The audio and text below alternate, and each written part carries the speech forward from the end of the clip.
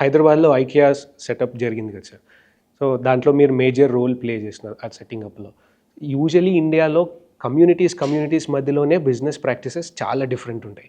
అట్లాంటిది 2 international bodies మధ్యలో negotiations ఎట్లా జరిగింది sir? How was your experience? అంటే ఎట్లా ఉండేవి జర్నీ? సో ఇది కూడా అదే ఒక మంచి అనుభూతి. అంటే ఐకియా భారతదేశం గురించి చాలా సంవత్సరాల క్రితం నుంచి ఆలోచిస్తూ ఉంది. ఎందుకంటే ఐకియా ఒక అంతర్జాతీయ కంపెనీ. వాళ్ళ హెడ్ క్వార్టర్ స్వీడన్లో ఉన్న ఎన్నో దేశాల్లో, నాకు ఎగ్జాక్ట్గా ఐడియా లేదు, బట్ ఖచ్చితంగా 60-70 దేశాల్లో ఐకియా వాళ్ళది ఇది స్టోర్స్ ఉంటాయి అన్నమాట.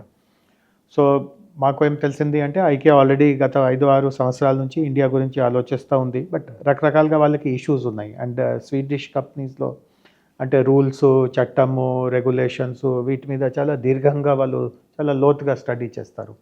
ఈ రూల్ మాకు అనుకూలంగా లేదు, ఆ చట్టం వల్ల మాకు ఇబ్బంది కలుగుతుందో వాళ్ళు ఎన్నైనా గుర్తించి పెట్టి ఉన్నారు. బట్ ఎవరో ఒకరు వాళ్ళకి ఇట్లాంటి సమాధానం ఇచ్చే పరిస్థితిలో లేదు.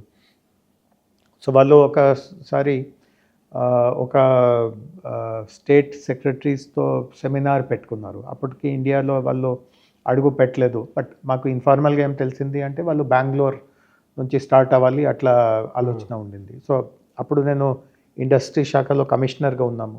మా ప్రిన్సిపల్ సెక్రటరీ ఇంకొక సీనియర్ ఆఫీసర్ ఉండేవారు. సో ఆయన ఆ ప్రోగ్రామ్కి వెళ్ళారు.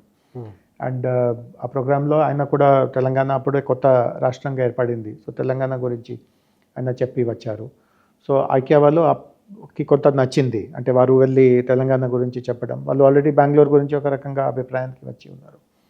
బట్ ప్రిన్సిపల్ సెక్రటరీ గారు వాళ్ళకి మీరు హైదరాబాద్కి కూడా ఒకసారి వచ్చి చూడండి. సో తర్వాత వాళ్ళ టీమ్స్ వచ్చింది. అప్పుడు నేనే వాళ్ళతో డీల్ చేయడం, వాళ్ళకి అంత ఎక్కడెక్కడ ల్యాండ్స్ ఉండవచ్చు, ల్యాండ్స్ చూపించడం. తర్వాత ప్రిన్సిపల్ సెక్రటరీ గారు ఇది కూడా అధ్యయనం చేశారు. అంటే వాళ్ళకి ఏమేమి ఇబ్బందులు ఉన్నాయి.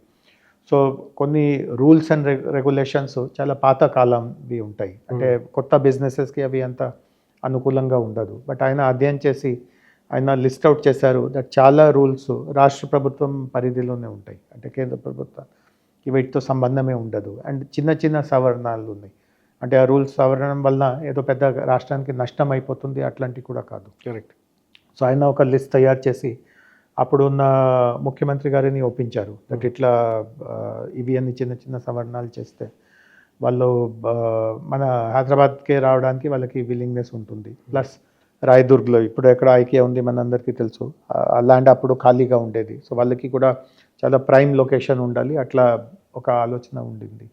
మేము కూడా వాళ్ళకి కొంత ప్రజెంటేషన్స్లో హైదరాబాద్ గురించి ఇంకా మంచిగా చెప్పాము. అంటే ఇప్పుడు ఇంకా ఒక వాస్తవికత ఏముంది అంటే మన అందరికీ తెలుసు మన హైదరాబాద్, తెలంగాణ, ఆంధ్రాకి చెందిన వాళ్ళు చాలామంది యూఎస్లో ఉంటారు, చాలామంది మన వేరే దేశాల్లో ఉంటారు, చాలామంది స్టూడెంట్స్గా ఫారిన్కి వెళ్ళి మళ్ళీ అక్కడే సెటిల్ అయిపోతారు. హైదరాబాద్ గురించి చెప్తారు. ప్రతి ఇంటి నుంచి ఖచ్చితంగా ఎవరో ఒకరు యూఎస్లో ఈరోజు స్థిరపడి ఉంటారు. సో ఐకియా వాళ్ళకి ఇదే చెప్పాము దట్ ఇక్కడ నుంచి విదేశాలకి వెళ్ళడం చాలా సహజంగా జరుగుతూ ఉంటాయి. ప్రతి కుటుంబం వాళ్ళు అక్కడే ఉంటారు. సో ఐకియా గురించి తెలియని వాళ్ళు చాలా తక్కువ మంది ఉంటారు. సో మీరు ఇక్కడ సెటప్ పెడతా ఉంటే ఇది ఏంటి కొత్తగా ఏదో ప్రచారం చేయడం, జనాలకి తెలియపరచడం అట్లాంటివి మీకు అవసరమే ఉండదు. అందరూ ఎక్కడో ఒక దగ్గర యూఎస్లో కానీ, యూకేలో కానీ, ఆస్ట్రేలియాలో కానీ మన తెలుగు వాళ్ళు ఎక్కడ ఉన్నారో ఖచ్చితంగా అక్కడికి వెళ్ళి ఉంటారు. అండ్ ఐకియాని ఖచ్చితంగా వాళ్ళు సందర్శించి ఉంటారు. వాళ్ళ ఇంట్లో యూఎస్లో ఉన్నప్పుడు ఖచ్చితంగా ఫర్నిచర్ కొనుగోలు కూడా అక్కడ నుంచి జరిగి ఉంటుంది. సో ఇక్కడ ఫెమిలియారిటీ చాలా ఎక్కువ ఉంది. ఇతర రాష్ట్రాలతో పోలిస్తే తెలుగు వాళ్ళకి ఐకియా అంటే ఏమిటి చాలా అవగాహన ఉంటుంది అండ్ అభిమానం కూడా ఉంటుంది. సో మీరు రేపు ఇక్కడ పెడితే మీకు బిజినెస్ పరంగా ఏమీ ధోకా ఏమి ఉండదు.